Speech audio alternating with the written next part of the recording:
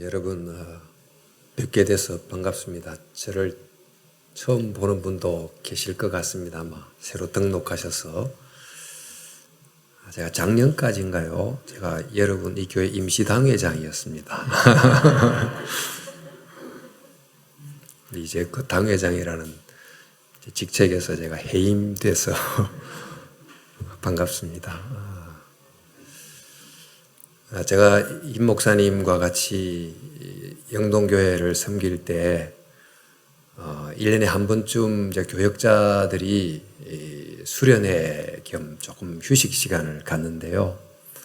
주로 이제 동해안 바다를 많이 가곤 했어요.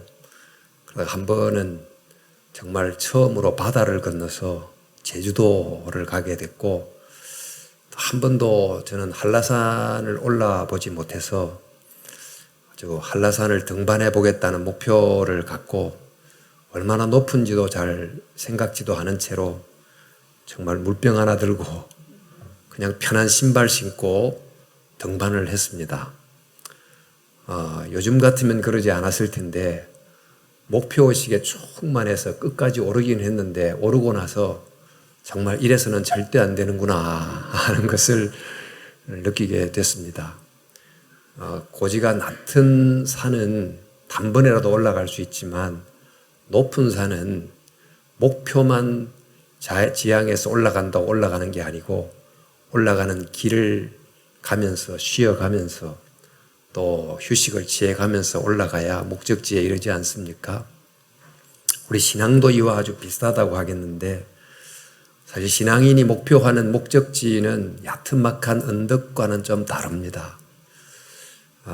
그저 선행을 조금 하고 살아가는, 또 우리의 삶을 위해 또 복을 빌다가 그렇게 신앙을 살아가는 그런 정도가 아닌, 예수님이 우리에게 말씀하신 우리의 새로운 신분은 말 그대로 하나님의 자녀이고, 또 그 자녀답게 살아가는 길은 우리 산상수훈에도 부분 나와 있지만 우리가 생각하는 그 이상의 굉장히 높은 고지에 해당된다고 할 수 있습니다. 그리스도인답게 된다는 것도 쉽지 않고, 또 예수님을 닮아간다는 것도 우리 힘으로는 오를 수 없는 너무너무 높은 정상에 해당이 되는데, 이 목적지를 향해서 가고 있는 우리들이 어떻게 하면 그 목적지에 과연 이를 수 있을까? 사실 여러분, 등산 전문가들은 높은 고지일수록 목적지에 이르려고 하면 목적지를 잊어라, 그런 말을 한다고 합니다. 즉 목적지만 생각하다가는 목적지에 이르지 못하고 나고 하기가 쉽지만, 목적지에 이르는 그 길을 사랑하면 천천히 쉬었다가 또 올라가고 쉬었다가 올라가면 목적지에 이를 수 있다라고 충고합니다. 우리도 이제 이런 충고를 따라서 또 신앙인들도 주님께서 우리에게 높은 목적지만 우리에게 주신 게 아니고, 그 높은 목적지에 힘을 다해서 너희가 올라오라고 말하지 않고 목적지로 올라갈 수 있는 길을 우리에게 주셨어요. 예수님께서 내가 곧 길이요 진리요 생명이라고 하셨는데, 예수님은 곧 우리가 도달해야 될 목적지입니다. 진리라고 하는 목적지이면서 또 그 진리라는 목적지에 이르게 하는 길이 되기도 하셔요. 또 길일 뿐만 아니고 길에 동행하시는 동행자이기도 하십니다. 그래서 우리는 예수님이라는 길을 따라서 예수님이라는 동행자와 함께 예수님이라는 목적지에 이르는 삶을 산다, 이렇게 볼 수 있습니다. 그러니까 우리가 어떻게 하면 정말 성도의 삶이라고 하는 새로운 신분, 새로운 삶이라고 하는 목적지에 이를 수 있을까? 하나님 우리에게 주셨던 함께 이 길을 가게 하는 이 법, 길을 걷는 법. 그 첫째 하나는 그 하나님께서 우리에게 주신 그 창조 세계의 길가에 피어 있는 꽃들을 보면서 걸어가는 것, 이것이 길을 걷는 중요한 비결 중에 하나입니다. 여러분, 이 세상에 우리 각 지역마다 그 지역의 아름다운 하나님의 창조물들이 있습니다. 특별히 이곳이 제가 정말 부러운 것은 바로 조금만 나가면 서해 바다가 있잖아요. 여러분 마음이 답답하면 주로 가고 싶은 곳, 파도 치는 바닷가를 가고 싶지 않으십니까? 그러면 마음이 뭔가 뻥 뚫리는 듯한, 사실은 이 자연과 가까이 있는 것이 굉장히 도움이 되는데, 바로 이런 각 지역마다 그 지역에 독특한 꽃들도 있고 나무도 있고 또 지역 자연 환경도 있습니다. 그런데 우리는 이 자연 환경을 보면서 또 사진을 찍기도 하고 또 서해 바다를 바라보는 또 호텔에서 하룻밤 쉬기도 하고 이런 시간을 갖습니다. 그러나 이 창조물이 가지고 있는 의미를 제대로 안다면 단순히 그 창조물을 그저 물질적 현상으로만 보는 것을 넘어서서 그 창조물 속의 의미를 알면 우리가 가는 길을 잘 갈 수 있습니다. 여러분, 우리 꽃들이나 나무나 이 다양한 생명체를 보면 그냥 믿지 않는 사람의 시선으로 보면 그저 물질 현상일 뿐입니다. 그러나 이 것들은 전부가 다 사실 하나님의 작품들이잖아요. 아름다운 작품은 그 작품을 만든 작가를 바라보게 하는, 생각하게 하는 매개 역할을 한다면 이 창조물들은 다 이 창조물을 이렇게 아름답게 만든 그 예술가 같은 창조주 하나님을 바라보게 하는 창문 역할을 하는 것입니다. 여러분, 이제 꽃들이 얼마나 많은지요. 이 꽃은 대지의 미소다. 시인이 그런 말을 했어요. 땅이 계절마다 우리를 향해서 미소 짓는 아름다운 다양한 미소가 바로 꽃이다 그랬는데, 사실 대지가 웃는 게 아니죠. 하나님이 우리를 향해서 I love you 하고서 미소하면서 짓는 하나님의 얼굴이다 라고 봐도 됩니다. 살면서 사람들이 얼굴입니다. 그러니까 사람을 보는 제일 이 핵심이 이제 얼굴인데, 그 얼굴이 상대가 봤을 때 정말 상대에게 기분을 좋게 해주는 그런 모습의 꽃처럼 상대를 향해 웃어야 되는데, 여러분 서로를 바라보면 서로의 얼굴이 그런 꽃이 되지 않는 경우가 얼마나 많아요. 요즘은 특별히 세상이 각박해지고 정말 너무너무 이기적이 돼서 상대를 이용의 대상으로 생각하지 있는 그대로 웃어주고 이러지 못하는 세상 아닙니까? 그러니까 다 정말 낮추어 보기도 하고 또 좀 불편한 시선으로 바라보는 이런 얼굴들, 을의 꼴이라는 것이 얼굴의 형상인데, 우리의 정신이 이 얼굴의 형태로 나타나는데 화장도 하고 요즘에는 성형도 하지만 사실 속에 있는 정신이 드러난 아주 선한 이 모습은 이렇게 꾸미는 것과 또 다른 얼굴이잖아요. 그런 의미에서 모든 사람의 얼굴은 꽃이 되어야 되지만 사실 그러지 못합니다. 그런데 이 세상에 존재하는 수많은 꽃들은 하나님이 그 지역에 맞게 그 시대의 사람들을 향하여 보여주는 하나님의 아름다운 얼굴과 같아요. 그런데 이 꽃들이 여러분 그냥 피어 있기도 하지만, 그러나 이 꽃이 하나님이 만든 꽃이다 고 생각해 볼 때 그 하나님은 어떤 분이십니까? 이런 아름다운 작품을 만드신 분이 곧 나라고 하는 존재에 아무런 관심이 없는 하나님이 아니고, 그 세상 속에 나 한 사람을 기억하고 내 이름을 부르고 내 인생의 길 어느 지점에서 나를 만나시고 또 이 자리에 있게 하신 그분이 바로 이 꽃을 만든 하나님이시라면, 그 꽃은 나와 무관한 미소가 아닌 내 길가에 나를 향하여 내 너를 사랑해, 힘내, 파이팅 하고 외치는 아름다운 향기 나는 소리라고 볼 수 있지 않을까요? 이제 꽃이 쭉 피어 있는데 막 바람에 흔들립니다. 꽃은 흔들려도 이쁘잖아요. 또 흔들릴수록 막 향기를 뿜어내는데, 우리 경주장에서 경주를 하는 선수를 그냥 가만히 앉아 볼 수가 없어요. 온몸을 흔들면서 응원을 하고 이러듯이 바람에 흔들리는 꽃들은 자기의 그 너무 가냘프면서도 예쁜 몸을 흔들면서 우리를 향해서 응원하는 하나님의 응원 소리가 될 수도 있어요. 자, 여러분, 이것은 좀 과한 시적인 해석이다 이렇게 생각할 수도 있지만 사실 영적으로 보면 이것이 창조물을 보는 바른 각도입니다. 자주 성례전, 즉 성만찬을 하실 때 떡과 포도주를 나누죠. 그러니까 조그마한 한쪽에 빵을 나누면서 이것은 주님의 몸이라 그러고 또 작은 포도주를 마시면서 주님의 피라고 그럽니다. 그런데 일상에서 아주 평범한 이런 떡과 포도주라고 하는 물체를 통해서 영원한 하나님의 사랑을 보게 해주는 창문이 되는 거예요. 이런 걸 두고 성례전적 관점이라고 그럽니다. 우리는 이 시대를 살면서 물질적 관점에 매우 익숙해져 있어요. 이것은 물질일 뿐이에요. 그러나 가만히 생각해 보세요. 이 컵만 해도 컵을 만든 사람을 반영하고 있잖아요.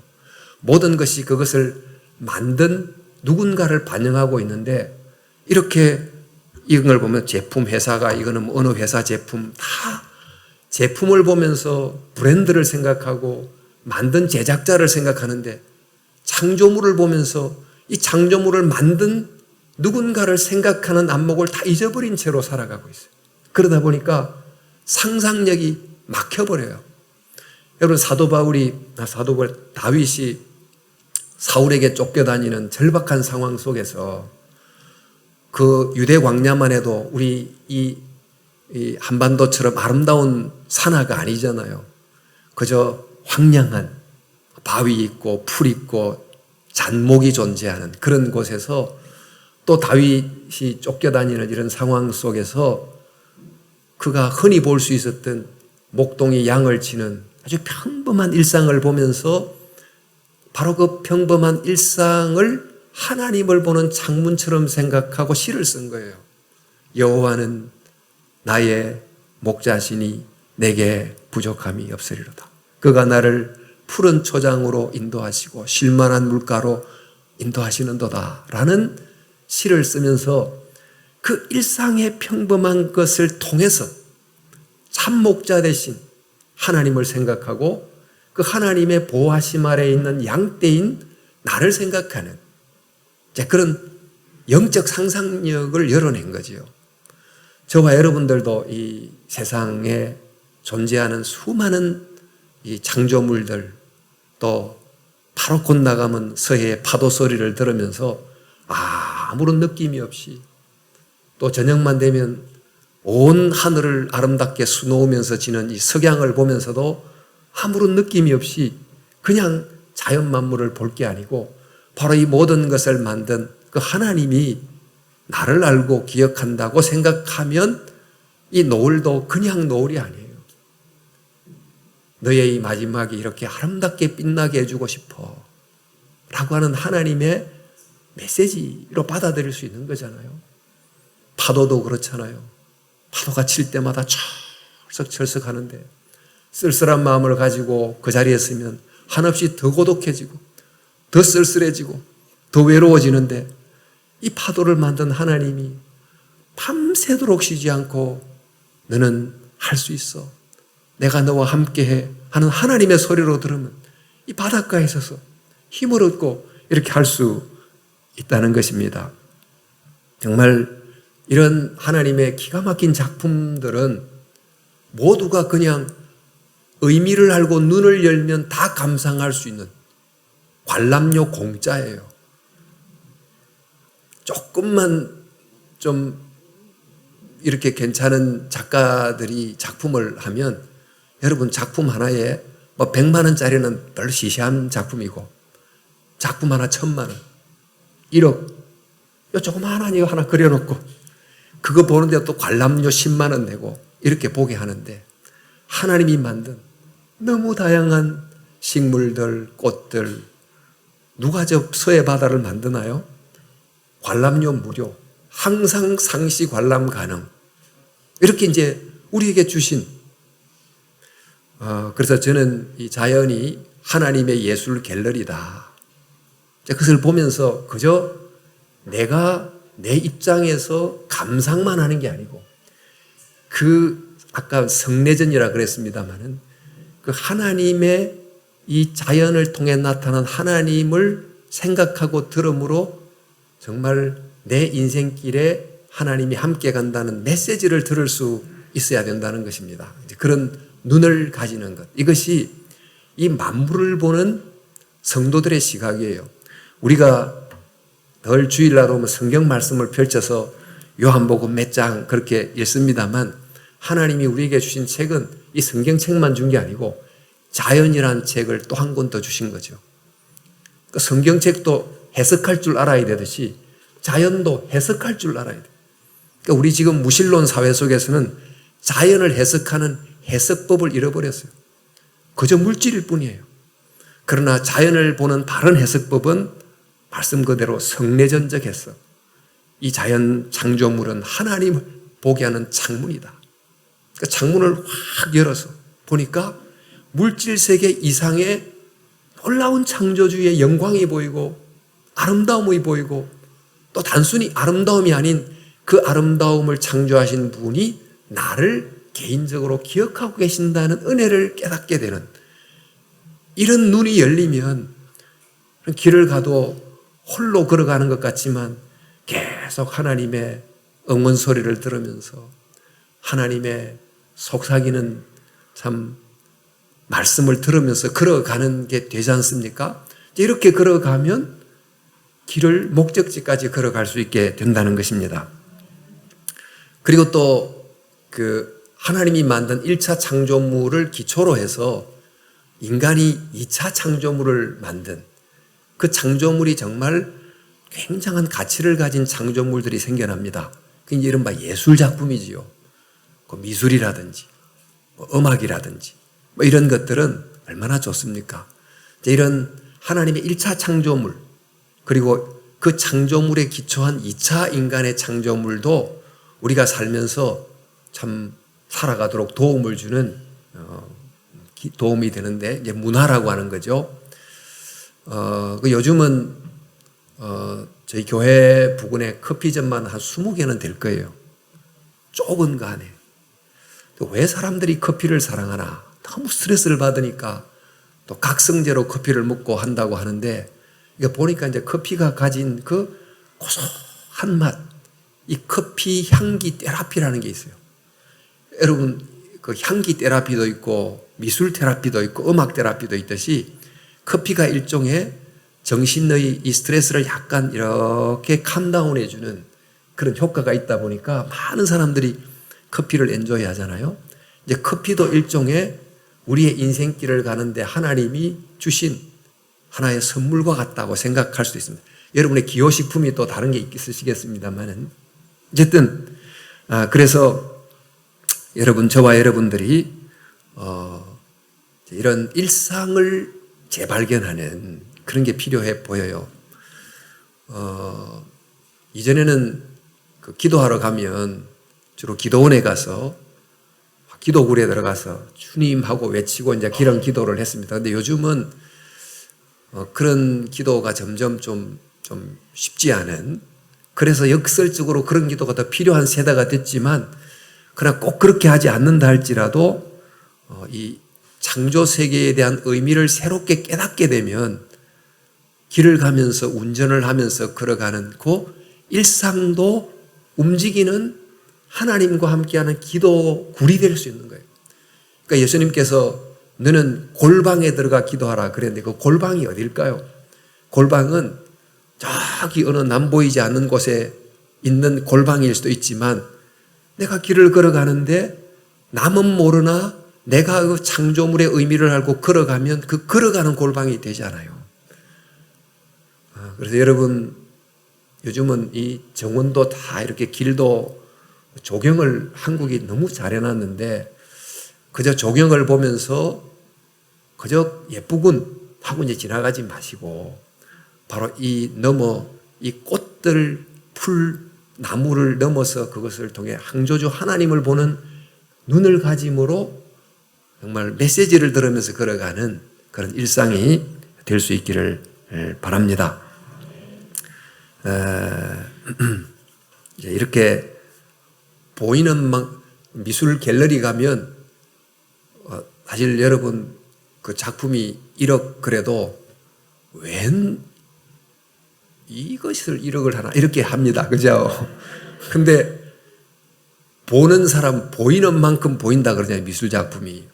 모르는 사람은 이게 무슨 뜻인지도 안 보이는데 보이는 사람은 보이는 거예요. 우리 창조 세계도 보이는 사람에게는 보이는 줄로 믿습니다. 하나님을 아는 만큼 일상은 평범한 게 아니고 특별한 것이고 그저 존재하는 것이 아니고 나를 위한 정말 선물로 주어졌다. 나의 길이 하나님의 은혜와 보석으로 깔린 길이다 고 생각하고 누가 여분 제가 걷는 길에 누가 저 꽃을 만들어서 심어 놨겠어요. 그 꽃을 누가 만듭니까? 꽃을 뭐 1000억을 든다 해도 생명체 꽃을 만들 수 있습니까? 그런데 내가 가는 길가에 누가 그 꽃을 자라게 하고 심어주게 했다. 그런 생각을 가지고 기분 좋게 걷는 거예요. 그렇게 해서 목적지에 잘 이르는 도움이 될 수 있기를 바랍니다. 근데 이제 사람이 살면서 하나님이 만든 1차 창조 세계의 큰 은혜 아래 살아가는데, 근데 이제 이 사람이 그 만든 기본적인 땅, 물, 바람, 자연이라고 하는 그 1차 창조물을 위해 인간이 사회를 만들잖아요. 정치, 사회, 경제, 문화 등등의 그 사회를 만드는데, 원래 이런 인간 사회도 역시 그 하나님의 뜻대로 이루어지면 너무너무 아름다운 거지요. 여러분, 자연만 보고 삽니까, 우리가? 그 사람 사이의 아름다움 속에서 또 행복을 느끼며 살아가고, 또 사람과의 관계를 살아가면서 살아가는데, 그런데 이 사람이 만든 여러 영역들은 우리를 살게 하는데 꼭 필요하긴 하나, 죄로 인해서 전부 오염이 들어있어요. 어떤 영역도 창조 세계의 꽃이 순수한 것처럼 순수한 것 하나도 없고, 정치, 경제, 사회 모든 영역에 죄로, 악으로 오염되어 있고 부서져 있고 깨져 있고 그런 영역이 없는 곳이 없어요. 그러니까 우리가 지금 창조 세계를 보면서 스트레스 받습니까? 인간이 만든 사회 때문에 스트레스를 받고 살지 않아요? 사람 때문에 스트레스 받고 뭐 이런저런 일 때문에 너무 그렇게 살아가는데, 그래서 이제 그런 말을 합니다. 우리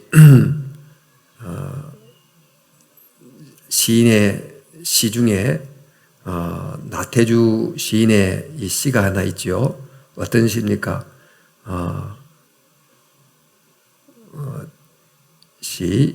어떤 시죠? 예, 그렇죠. 볼수록 예쁘다, 오래 볼수록 아름답다, 너가 그렇다, 이렇게 하는 나태주 풀꽃이라는 시가 있는데, 정말 자연은 보면 볼수록 아름다운데 이 사람은, 또 사람이 만든 사회는 자세히 볼수록 아름답지 못하군, 문제가 참 심각하군 하는 걸 발견하게 되는 세상을 우리가 살아가고 있습니다. 그러다 보니까 사람이 만든 이 여러 가지 상황 때문에 우리 마음속에 분노가 얼마나 많은지, 지금 조사를 해보면 한국 사회가 분노 지수가 세계 1위라고 하는 통계가 있어요.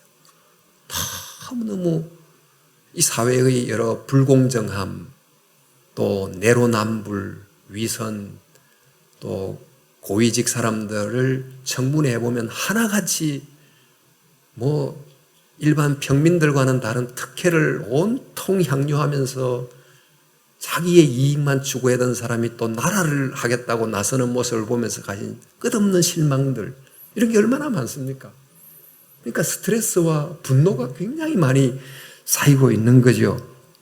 이제 이런 사회를 보면서, 이런 사회를 비유하자면 봄이 아직 오지 않는 겨울과 같은, 우리의 마음에 봄꽃을 피게 해주지 못하는 여전히 정말 깡깡 얼어버린 겨울 땅과 같은 이런 현실을 우리가 살아가고 있어요.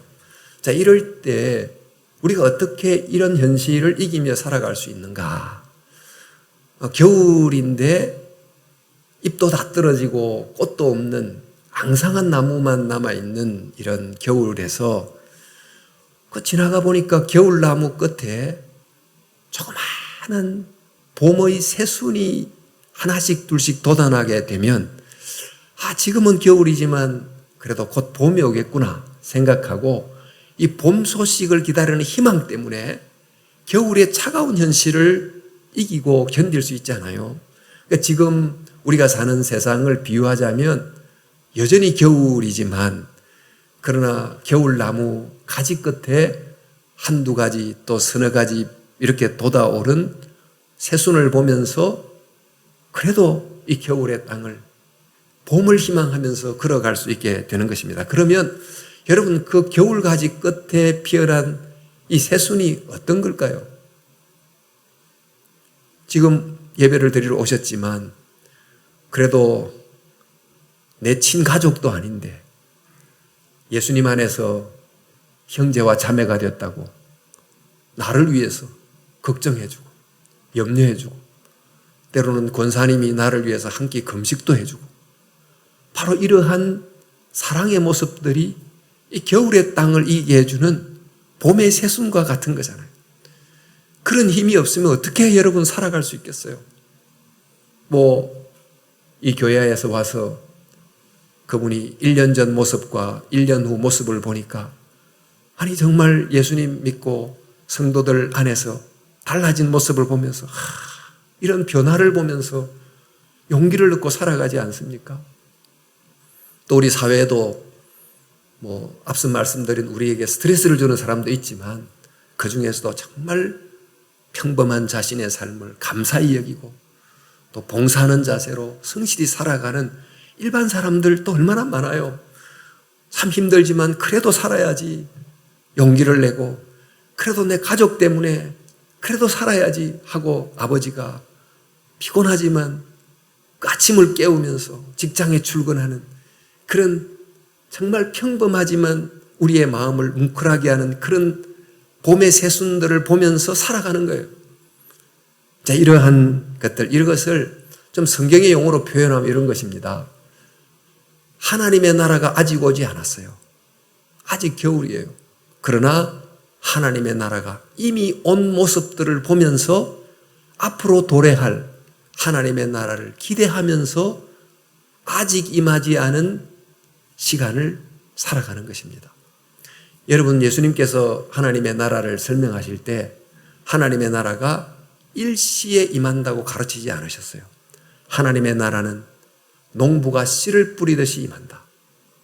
예수님께서 농부처럼 거룩한 농부로서 하나님의 나라라는 씨를 사람의 마음 속에 세상 속에 뿌렸는데 씨가 땅에 떨어졌어요. 그럼 하나님의 나라가 왔습니까? 안 왔습니까? 왔습니다. 그러나 아직 완전히 오지는 않았잖아요. 씨가 이제 땅에서 발아하고 있어요. 이제 겨우 새싹이 났어요. 아직 나무가 되고 숲을 이루려면 시간이 있으나 그러나 하나님의 나라는 시작이 됐고 이미 왔습니다. 우리는 아직 오지 않은 시간을 이미 온 하나님의 나라의 모습을 군데군데 우리 교회에서 발견하고 또 변화된 한 사람 속에서 발견하고 또 부족하지만 내 속에서 발견하면서 이 삶의 길을 걸어갈 수 있다는 것입니다. 여러분, 그래서 아직 임하지 않는 하나님의 나라 이것만 너무 바라보면 비관주의자가 돼요. 그런데 이미 임한 하나님의 나라, 교회 안에 금요 철학기도를 하는데 막 은혜가 충만해요. 근데 이 교회 안에는 지금 금요 철학기도 때는 은혜가 충만하지만 세상 밖은 은혜가 충만하지 않잖아요. 근데 은혜가 충만한 금요 철학기도만을 전부로 보면 낙관주의자가 돼요. 섣부른 낙관주의자. 우리는 지나친 비관주의자가 돼도 안 되지만 섣부른 낙관주의자가 되지도 않는 아직 임하지 않는 세상 속에서 이미 임한 하나님의 나라를 붙들고 아직 겨울이지만 이미 임한 봄 소식을 붙들고 살아가는 거예요. 그렇게 길을 걸어가면 그래도 낭망하지 않고 살아가는 것입니다. 그래서 사도 바울이 내가 이미 얻었다 함도 아니요 온전히 이루었다 함도 아니라 오직 내가 그리스도께 잡힌 바 된 그것을 잡으러 달려간다 한 것처럼 여러분을 실망시키는 모습이 사회도 있지만 여러분 자신 안에도 있잖아요. 정말 내가 나를 실망시키는 것도 얼마나 많은지 몰라. 그러나 주님 내 안에 복음의 씨를 심으셨고 내가 그래도 주님을 향하는 기도의 마음이 있고 교회도 불완전하지요. 그러나 그래도 이 불완전함 속에 아름다움, 사랑함 이런 모습을 보면서 여러분 이 인간이 만든 이 때로는 힘든 길을 믿음으로 걸어갈 수 있기를 바랍니다. 세 번째는 우리가 길을 가는데 길에 동행하는 동행자, 예수님이 내가 곧 길이요 말씀하셨는데 예수님이 우리의 길에 동행자가 된다는 것입니다. 여러분 길을 걸어갈 때 제일 좋은 것, 아스팔트처럼 잘 닦여진 길을 걸어가면 편하지요. 맨발로도 갈 수 있겠습니다만 그러나 같이 가는 사람이 없으면 오래 갈 수 있습니까? 힘듭니다. 그러나 길이 좀 험해도 같이 가는 사람이 너무 좋아. 너무너무 사랑하는 사람이야. 그러면 10km를 가도 별로 피곤하지 않지만 홀로 가면 1km도 힘들어요. 너무 싫은 사람하고 같이 가면 100m도 힘들어. 근데 주님께서 우리와 함께 걸어가시잖아요. 나를 사랑하는 주님이 나와 함께 걷는다는 것을 내가 알고 있다면 저기 10km도 때로는 꼬불꼬불한 길도 오르막 내리막 간 길도 주님과 함께 걸어갈 수 있습니다. 그러니까 주님이 내가 곧 목적이지만 나는 너의 길에 함께 걷는 동행자 길이다. 나는 길이다. 이렇게 말씀을 해 주셨습니다. 우리는 우리가 이제 장로교인데 장로교의 믿음을 요약해 놓은 그 교리문답서가 있습니다. 웨스트민스터 소요리문답이라는 게 있는데 거기 보면 1문 1항에 자주 들으셨을 거예요. 사람의 제일 되는 목적이 무엇이뇨? 사람의 제일 되는 목적은 하나님을 영화롭게 하고 그분을 영원토록 즐거워하는 것이다. 이렇게 되어 있어요. 우리의 목적이 사실 하나님을 영화롭게 하는 거죠. 하나님께 영광을 돌리자. 그런 말을 많이 하지 않습니까? 그것이 우리의 목적인데 어떻게 우리가 하나님께 영광을 돌립니까? 내가 뭘 해야 하나님을 기쁘시게 할 수 있습니까? 그런데 그 소요리문답 뒷부분이 하나님을 영화롭게 하는 것과 그를 영원토록 즐거워하는 것이다 하고 되어 있어요. 이 즐거워한다는 말이 엔조이 한다는 말이에요. 그러니까 하나님을 지금 이 자리에서 엔조이 하는 사람이 하나님을 글로리파이 하는 목적에 이를 수 있다. 그런 뜻이에요. 지금 이 순간 나를 사랑하는 그 주님과 함께 걷는 것을 즐길 줄 아는 사람이라야 목적지까지 걸어갈 수 있다 하는 것이지요. 여러분 이 동행을 한다는 것 보이지 않는 분이시기 때문에 이 보이지 않는 예수님이 보이는 분처럼 함께 계신다. 이것을 안다는 것이 어쩌면 가장 중요하면서도 힘든 것이 되지 않겠나 싶은 생각이 들어요. 사도 바울이 항상 기뻐하라, 쉬지 말고 기도하라, 범사에 감사하라. 이 말은 전부 앞에 기뻐하라, 기도하라, 감사하라 앞에 수식어가 붙은 게 다 시간적으로 every time 항상 24시간이잖아요. 그러니까 24시간 주님이 내 곁에 계신 것으로 내가 늘 느끼지 않죠. 어떨 때는 계신 것 같고 어떨 때는 계시지 않는 것 같지만 내게는 인지가 안 되나 영적으로는 하나님이 계십니까? 안 계십니까? 함께 계시는 거예요. 내가 모를 뿐이지. 내가 알지 못할 뿐이지. 근데 그 하나님의 동행한 예수님의 동행함을 가능한 많이 아는 게 중요한데 저는 이제 그런 생각이 들어요. 늘 손에 그냥 떼놓지 못하고 들고 다니는 게 있습니다. 뭡니까? 스마트폰.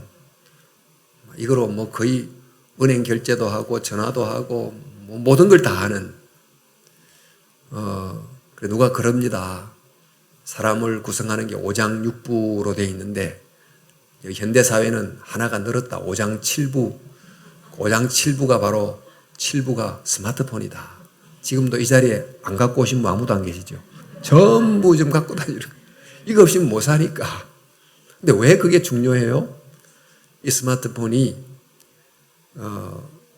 나와 이 다른 사람을 연결해주는 기가 막힌 연결기구잖아요. 전화로도 연결하고 전 세계와 연결하는, 연결케 하는 기구입니다.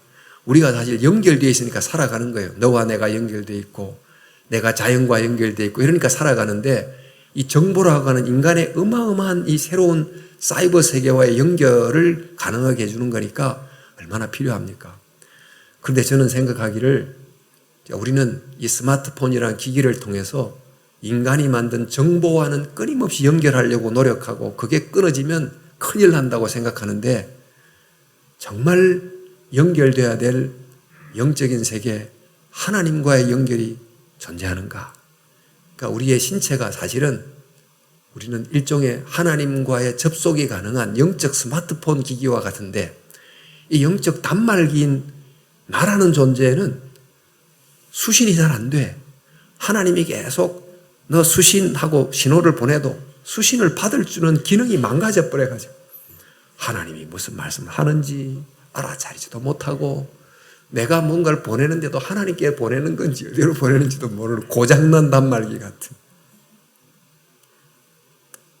우리와 함께 걸어다니는, 동행하시는 주님을 많이 아는 만큼 사랑하는 이와 함께 걸으면 힘든 길도 힘든 줄 모르고 걸어가는데, 저와 여러분들의 길에 동행하시는 그 주님을 알므로 인생의 길을 잘 걸어갈 수 있는 여러분이 되면 좋겠습니다. 그래서 이제 우리의 길에 세 가지가 주어졌다. 여러분, 우리 세계의 삼원소라는 게 있어요.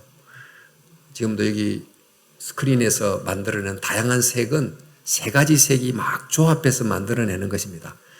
우리 이제 이 모니터하는 부분 알지만 RGB라고 있어요. 레드, 그린, 블루라고 하는 세 가지 기본 3색이 이렇게 조합이 돼가지고 엄청난 많은 컬러를 만들어내거든요. 그러니까 우리의 삶에도 이런 세 가지 색의 삼원소와 같은 세 가지 기본적인 게 필요하다. 하나는 그린 컬러. 내 인생의 길을 걸어갈 때 창조의 길 옆에 피어있는 푸른 잎, 푸른 나무, 아름다운 꽃과 같은 이 그린 컬러가 존재한다. 그리고 인간이 만든 이 망가진 세상 속에서도 나로 하여금 이미 임한 하나님의 나라를 생각하게 해주는 그런 거룩한 십자가의 핏빛 붉은 컬러가 존재해요. 십자가를 생각하면, 그 십자가의 보혈을 생각하면 다시 한 번 더 일어설 수 있는 그 하나님의 빛깔. 그 다음에 또 하나는 이제 블루 컬러, 하늘빛. 우리가 그 어느 곳에 있든지 정말 좌도 막히고 우도 막히고 앞뒤도 막힐지라도 모두에게 열려있는 하늘이라고 하는 블루 컬러가 있는 거예요.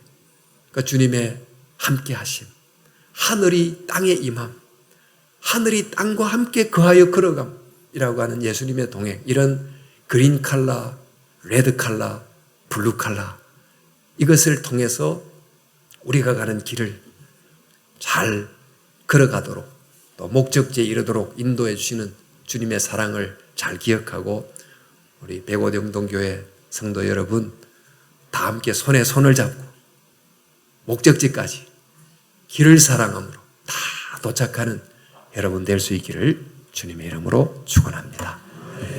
하나님 아버지, 우리의 길 되신 예수님, 인생길이 고단하고 힘듭니다.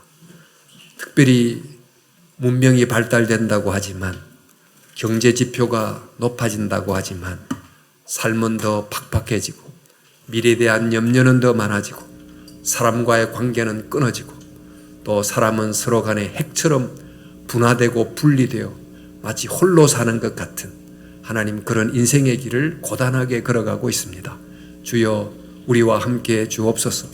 이 세상 물질이 단순한 물질처럼 생각하는 세상 속에서 주님, 이 모든 창조물을 하나님을 바라보는 창문처럼 생각해서 이 창조 세계의 창문을 활짝 열고 그 창문을 통해 보이는 창조주 하나님을 바라보고 그 하나님이 나를 기억하고 나를 사랑한다는 것을 기억함으로 힘을 얻고 용기를 얻고 걸어갈 수 있도록 인도해 주시옵소서. 이 세상이 정말 인간이 죄로 말미암아 파괴되어 놓은 이런 구조적인 문제, 또 악의 문제, 정말 이런 여러 가지 상황을 보면서 우리의 마음이 너무 심히 고통스럽고 안타깝고 정말 어려운 상황이 많습니다. 그러나 주님, 그럼에도 불구하고 이런 인간을 사랑하사 하나님의 나라로 오시고 십자가의 보혈을 흘려주신 그 예수님의 십자가를 붙들고 이 세상을 믿음으로 또 걸어갈 수 있도록 도와주시고, 무엇보다 주 예수님 길이 되셔서 우리와 보이지 않지만 가까이 계신 분으로 동행하시는 주님을 기억하면서 걸어가는 우리 성도들 다 되도록 인도해 주시옵소서. 예수님 이름으로 기도 올리옵나이다. 아멘.